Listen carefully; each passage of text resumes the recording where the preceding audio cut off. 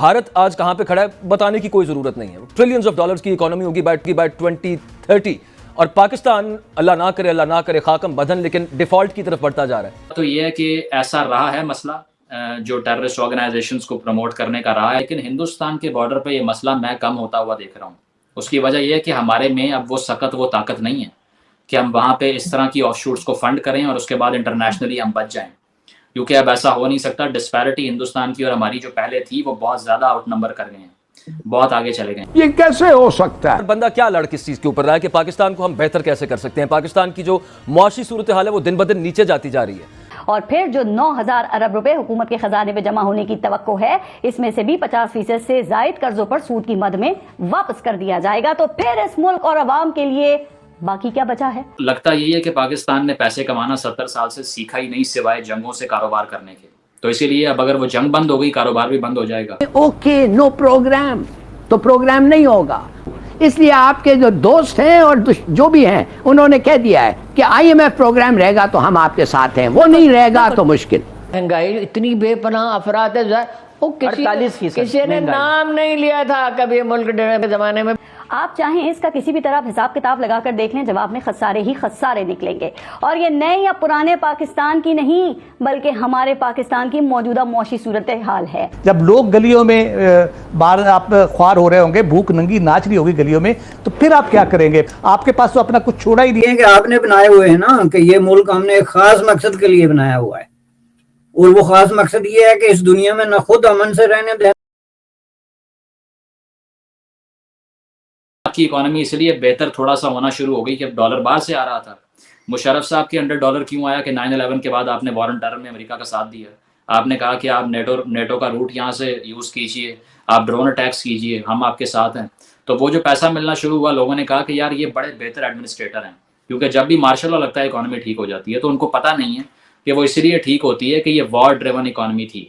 اب مسئلہ یہ ہے کہ پیسے کمانا سیکھے نہیں آپ نے تو جنگوں میں صرف اپنی ریسورسز کو رینٹ کرنا، جس کو رینٹیئر اسٹیٹ کہتے ہیں پولیٹیکل سائنس کی زبان میں، آپ نے تو وہ بنائی. اب جیسے ہی جنگیں ختم ہو گئی ہیں، اب ایران سعودی عربیہ آپس میں بات کر رہے ہیں، محمد بن سلمان جا کے بشار الاسد سے ہاتھ ملا رہا ہے، ایران سے بات ہو رہی ہے. تو پاکستان کا اوورسیز کا جو دھندا ہے وہ بند ہوتا دکھائی دے رہا ہے. تو اس کا الٹرنیٹیو یہ تھا کہ آپ ایک ویلفیئر اکانومی کریٹ کرتے، آپ لوگوں کی بہتری کے لیے پالیسی فارمیشن کرتے. بنگلہ دیش کو دیکھ لیجیے، 71 میں یہاں سے وہ آزاد ہوئے ہیں اور کتنا فرق پیدا ہو گیا کہ انہوں نے خواتین کی امپلائمنٹ کو مردوں سے زیادہ کر دیا ہے. خواتین کی اسکول انرولمنٹ مردوں سے بڑھ چکی ہے اس ٹائم پر. تو لگتا یہی ہے کہ پاکستان میں کسی نے عوام کی ویلفیئر کا نہیں سوچا، اسی لیے پیسے کمانے نہیں آتے. ہماری امپورٹ اتنی زیادہ، ایکسپورٹ کوئی ہے نہیں، اور ایکسپورٹ کیسے آتی جب انڈسٹری چلنے دی نہیں گئی. تو لگتا یہی ہے کہ پاکستان نے پیسے کمانا 70 سال سے سیکھا ہی نہیں سوائے جنگوں سے کاروبار کرنے کے. تو اسی لیے اب اگر وہ جنگ بند ہو گئی کاروبار بھی بند ہو جائے گا. تو اس سارے سوشل کانٹریکٹ کو چینج ہونا پڑے گا اور یہ فیصلہ کرنا پڑے گا کہ عوام ریاست کے لیے یا ریاست عوام کے لیے ہوتی ہے. بہت سے لوگ یہ بھی کہتے ہیں کہ پاکستان کو اس وقت جو حالات ہیں اس میں جتنے بھی نیبرنگ کنٹریز ہیں، چاہے وہ ایران ہو، چاہے افغانستان ہو یا بھارت ہو، سب کے ساتھ ٹرمز بہتر کرنے کی ضرورت ہے. ان لوگوں کو ہماری ضرورت نہیں ہے، ہمیں جتنی ان کی ضرورت ہے. لیکن یہاں پہ جو بھی آتا ہے، چاہے کوئی بھی پولیٹیکل پارٹی سامنے آئے، وہ آتے ہی سب سے پہلے بھارت کے خلاف اسٹیٹمنٹ دینا شروع کر دیتے ہیں. آپ کے خیال سے ایسا یہ لوگ کیوں کرتے ہیں؟ اور اگر ایران اور سعودی عربیہ ساتھ مل کے بیٹھ سکتے ہیں تو ہندوستان اور پاکستان کیوں نہیں؟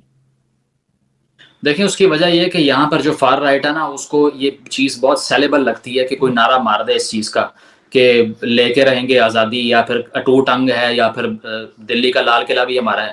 تو اس طرح کے نعرے جو ہے نا وہ الیکشن میں تو بہت اچھے چلتے ہیں، لیکن پریکٹیکل ریالٹی یہ نہیں ہوتی. اس کی وجہ ہے کہ ماڈرن ورلڈ کے اندر اسٹیٹس کے انٹرسٹ ہوتے ہیں، آئیڈیولوجیکل پریجوڈس نہیں ہوتی. اگر آپ چین سے بات کر سکتے ہیں جہاں پر ہمیں معلوم ہے کہ مسلمانوں کے ساتھ کیا ہو رہا ہے، تو پھر آپ یہ ڈرامہ کرنا بند کیجئے کہ آپ کے بھارت سے ریلیشن اس لیے خراب ہیں کہ وہاں پر کیونکہ ایک کمیونٹی اپریس ہو رہی ہے تو اسی لیے آپ کا یہ مقدمہ ہے. اگر یہ مقدمہ ہے تو پھر آپ چین کو کیوں کہتے ہیں کہ ہماری ہمالیہ سے اونچی اور دریاؤں سے گہری اور شہد سے میٹھی دوستی ہے؟ تو وہاں پر تو آپ کو یاد نہیں آتی اپنی کمیونٹی کی کوئی بات. تو اس سے ثابت یہی ہوتا ہے کہ یہ صرف اور صرف فارن پالیسی مینوور ہے اور ہے بھی سوسائڈل. میں نے ریسنٹلی ایک بات کی اس طرح کی جس پہ بہت کرٹیسزم اور لوگوں نے مجھے بہت گالیاں بھی دیں، کہ میں نے یہ کہا کہ جو نہیں ہے مودی کا یار وہ غدار ہے اصل میں. اس کی وجہ یہ ہے کہ ہم نے اگر مودی سے بات کرنی ہے تو وہ اپنے انٹرسٹ کے لیے کرنی ہے بھائی، اس کے لیے نہیں کرنی. ہم نے یہ نہیں دیکھنا کہ ہمارے سامنے بچر آف گجرات ہے یا کون ہے، جو بلاول صاحب نے کہہ دیا. تو انہوں نے یہ نہیں سوچا کہ پاکستان کے عوام، جہاں ریبیز کی ویکسین ہندوستان سے آتی ہے، جہاں لیور ٹرانسپلانٹ ہندوستان میں ہوتا ہے، یہاں پر اسپتال نہیں بنا سکے جہاں ہو سکے، جہاں ایک سبزی جو کہ ہمیں 4 گنا کم قیمت پہ واگا سے آتی ہوئی مل سکتی ہے، جو آپ دبئی سے منگوانی پڑتی ہے اوپر سے گھما کے، وہ اسی لیے یہ سب نہیں ہو پاتا کہ آپ نے پریجوڈس کریٹ کی ہوئی ہے اور آپ نے نفرت کی بنیاد پہ ایک ریاست قائم کی ہوئی ہے. تو جان ایلیا صاحب نے کہا تھا کہ جو ریاستیں نفرت کی بنیاد پہ قائم ہوں ان کے اعصاب ان کے ساتھ نہیں دیتے.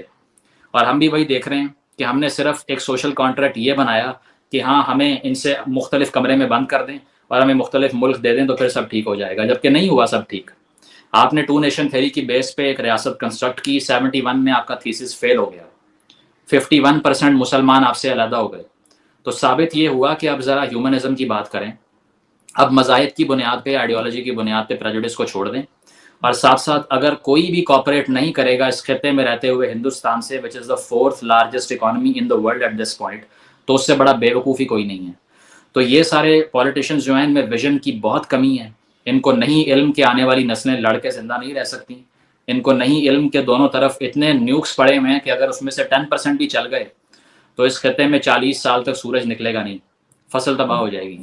تو یہ جنگوازم کی اور جنگ کی جو باتیں کرتا ہے، دے لیک ویژن ایکچولی، اور وہ صرف پیٹی ووٹس لینے کے لیے اس طرح کی باتیں کرتے ہیں.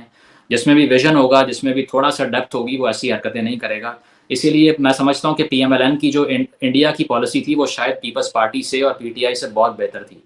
چلو واجپئی صاحب آئے تو صحیح نا، مینار پاکستان میں کھڑے ہو کے انہوں نے خطاب کیا جو کہ جیسچر تھا کہ وہ پاکستان کو ایکسیپٹ کر رہے ہیں. آپ نے فوراً بات کارگل کروا دیا. تو آپ کو چینج کرنا پڑے گا اس سارے پیراڈائم کو جو 70 سال سے کریٹ کر کے آپ کو کچھ نہیں ملا. تو ایک ریئلسٹک اور ایک کہنا یہ چاہیے کہ ایک ریئلزم بیسڈ فارن پالیسی چاہیے. آئیڈیولوجیکل فارن پالیسی نے پاکستان کو بہت نقصان پہنچایا ہے. نہیں، آپ بالکل ٹھیک کہہ رہے ہیں، لیکن زیادہ تر لوگ اس مائنڈ سیٹ کے نہیں ہیں جو جیسے آپ بات کر رہے ہیں. بہت سے لوگ جو ہیں الٹا ہی سوچ رہے ہیں. مگر یہاں پہ لاسٹ میں یہ پوچھنا چاہوں گی مزمل آپ سے کہ ہمیشہ سے پاکستان کے اوپر ایک الزام رہا ہے اور کسی حد تک میں سمجھتی ہوں کہ صحیح ہے ٹیررزم کا، کہ یہاں سے جہادی بھیجے جائیں گے. پرویز مشرف کا بھی سٹیٹمنٹ موجود ہے، کبھی افغانستان اور کبھی کشمیر، اور پھر ایف اے ٹی ایف میں بھی آنا جانا لگا ہی رہتا ہے، اس سے بھی لگتا ہے کوئی خاص فرق پڑتا نہیں ہے. تو آپ کو کیا لگ رہا ہے کہ اب جو کہا جا رہا ہے کہ جو آپریشنز کر رہے ہیں ہم افغان بارڈر پہ اور ٹی ٹی پی اور یہ سب جو ہماری بنائی ہوئی ایک طرح سے ہیں، ان کو یہ کنٹرول کر پائیں گے؟ کیا یہ اس سے باہر نکل پائیں گے؟ کہ یہ جو نان اسٹیٹ ایکٹر انہوں نے ایک ورڈ نکالا ہے جو آج تک میری سمجھ میں نہیں آیا وہ کیا ہوتا ہے، کہ جب کوئی وہاں سے پکڑا جاتا ہے کشمیر سے، یہ کہہ دیتے تھے نان اسٹیٹ ایکٹرز ہم نے نہیں بھیجے. اس میں سے ہم کبھی باہر آئیں گے؟ ہم کبھی سدھریں گے؟ سیدھی بات ہے. دیکھیں، we can only be fix from the outside. اس کی وجہ یہ ہے کہ اگر ہم ہمارے اوپر چھوڑ دینا اس بات کو کہ ان آف شوٹس کو ختم کر دیں تو ہم نے کرنا نہیں تھا. یہ تو بھلا ہو ایف اے ٹی ایف جیسے اداروں کا ابھی اس پہ مکمل جو ہے وہ اپلیکیشن تو نہیں ہوئی ان کی ٹرمز کی، یہاں پہ ابھی بھی گرے لسٹ میں چلے جاتے ہیں، وائٹ میں نہیں جاتے. تو لیکن ہے یہ کہ ٹیرر فائنانسنگ کی جو کرٹیلمنٹ ہے اس کو روکنے کے لیے اگر ہمیں باہر سے پریشرائز کریں گے تب وہ ہو سکتا ہے. تو سب سے بڑی چیز یہ ہے کہ اگر 70 سال کے اندر ہم نے یہ آف شوٹس کریٹ کیے ہیں اور اس کا فائدہ نہیں ہوا، تو وہی بات ہے کہ جو ہندوستان سے دوستی کی بات کرے گا اس کو سب سے پہلے اس چیز کو بند کرنا پڑے گا. تو اسی لیے جو ہندوستان کی طرف ایک فرینڈلی پالیسی ہوگی. اب جنرل باجوہ صاحب کا بھی ویژن یہی تھا کہ ہندوستان سے دوستی کرنی ہے، لیکن نہیں کروا سکے کچھ بھی. جو نیشنل سیکیورٹی پالیسی انہوں نے جانے سے پہلے اناؤنس کی، اس میں کوٹ ان کوٹ لکھوایا 100 years of peace with India، لیکن ساتھ خان صاحب کھڑے ہوئے تھے جنہوں نے کہا کہ میں یہ کر دوں گا اور میں وہ کر دوں گا. بات ہی نہیں مانی کسی کی. اس کے علاوہ ادارے کے اندر جو سوچ تھی وہ ان سے اگری نہیں کرتی تھی. تو یہ چیز ہے کہ ایک تو کنسنسس ڈیولپ نہیں ہوتا کہ ہندوستان کی طرف ہم نے پالیسی بنانی کیا ہے. سیاستدان ایک طرف کھڑے ہو جاتے ہیں، اسٹیبلشمنٹ ایک طرف کھڑی ہو جاتی ہے، اور اکثر اگر کوئی سیاستدان کا ویژن ہے تو وہ اس کو پورا نہیں کرنے دیتے. تو پہلی بات تو یہ ہے کہ ایسا رہا ہے مسئلہ جو ٹیررسٹ آرگنائزیشنز کو پروموٹ کرنے کا رہا ہے، لیکن اس دور کے اندر مجھے لگتا ہے کہ وہ رول بیک شروع ہو چکا ہے.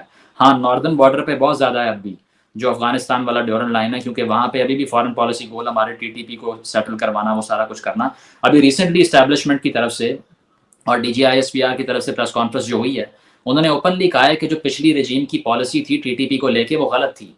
خود ہی مان لیا انہوں نے، کیونکہ جنرل فیض صاحب وہاں جا کے چائے پی کے آئے تھے اور انہوں نے کہا سب ٹھیک ہو جائے گا، اور ہوا کیا کہ پشاور میں اور جگہوں پہ دھماکے شروع ہو گئے. تو ناردرن بارڈر میں یہ مسئلہ رہے گا، لیکن ہندوستان کے بارڈر پہ یہ مسئلہ میں کم ہوتا ہوا دیکھ رہا ہوں. اس کی وجہ یہ ہے کہ ہمارے میں اب وہ سکت، وہ طاقت نہیں ہے کہ ہم وہاں پہ اس طرح کی آف شوٹس کو فنڈ کریں اور اس کے بعد انٹرنیشنلی ہم بچ جائیں، کیونکہ اب ایسا ہو نہیں سکتا. ڈسپیرٹی ہندوستان کی اور ہماری جو پہلے تھی وہ بہت زیادہ آؤٹ نمبر کر گئے ہیں، بہت آگے چلے گئے ہیں. تو اسی لیے ہندوستان کو لے کے تو ہم اتنا ریڈیکلزم اب کر نہیں سکتے، جو کہ اچھی بات بھی ہے، کرنا چاہیے بھی نہیں. اور ایک تو FATF جیسی آرگنائزیشنز کا پریشر ہے، اسی لیے نہیں کر سکتے. اور دوسرا یہ ہے کہ اگر ویژن آتا ہے، اگر لیڈرشپ ایسی آتی ہے جو دوستی کی بات کرے، تو سب سے پہلے وہ ان زومبیز کو اور یہ جو سارے لوگ وہاں دہشت گردی کرتے رہے ہیں پہلے ان کو چین کرنے کی بات کریں گے. تو اس کا تعلق بھی ریاست کی پرسیپشن سے ہے کہ وہ دیکھ کس طرح رہا ہے ہندوستان کو. تو اگر آپ دوستی کی بات کریں گے اور اس کو ثابت کریں گے تو اوور دا ڈیکیڈز ہندوستان جو ہے وہ اس چیز کو لے کے کنونس ہوگا. اس اسٹیج پہ تو وہ بھی کنونس نہیں ہو سکتے. ابھی جے شنکر صاحب نے کیا کہا ہے؟ یہی کہا ہے بلاول بھٹو کے آنے پہ کہ یہ ٹیرر فائنانسنگ کرتے رہے ہیں، وہ سب کرتے رہے ہیں. تو یہ وہ پرسیپشن ہے جو پہلے سے کریٹ ہو گئی، اس کو ریورس کرنے میں ٹائم لگے گا. تقریباً 15 سے 20 سال کی کنسسٹنٹ پیسفل پالیسی چاہیے. اور جب پاکستانی پولیٹیشینز یہ ثابت کر دیں گے کہ ہاں ایسا ہی ہے، تو پھر مجھے لگتا ہے کہ وہاں سے رسپانس آنا شروع ہو جائے گا. کیونکہ بھارت بھی اپنا انٹرسٹ دیکھتا ہے. لداخ میں چین سے جنگ لڑ رہے ہیں وہ، اس کے باوجود چین سے ٹریڈ بند نہیں ہوتی. تو اسٹیٹس کے انٹرسٹ ہوتے ہیں، اور بھارت کا بھی انٹرسٹ ہے کہ پاکستان سے دوستی ہو، اور ان کا بھی انٹرسٹ ہے کہ پاکستان جو کہ نیوکلیئر آرم کنٹری ہے یہ ہمارے خلاف نہ رہے. تو اگر 15 سے 20 سال کا vision, consistency of friendly policy India کی طرف چلے، تو میرا خیال ہے وہ کنونس ہو سکتا ہے.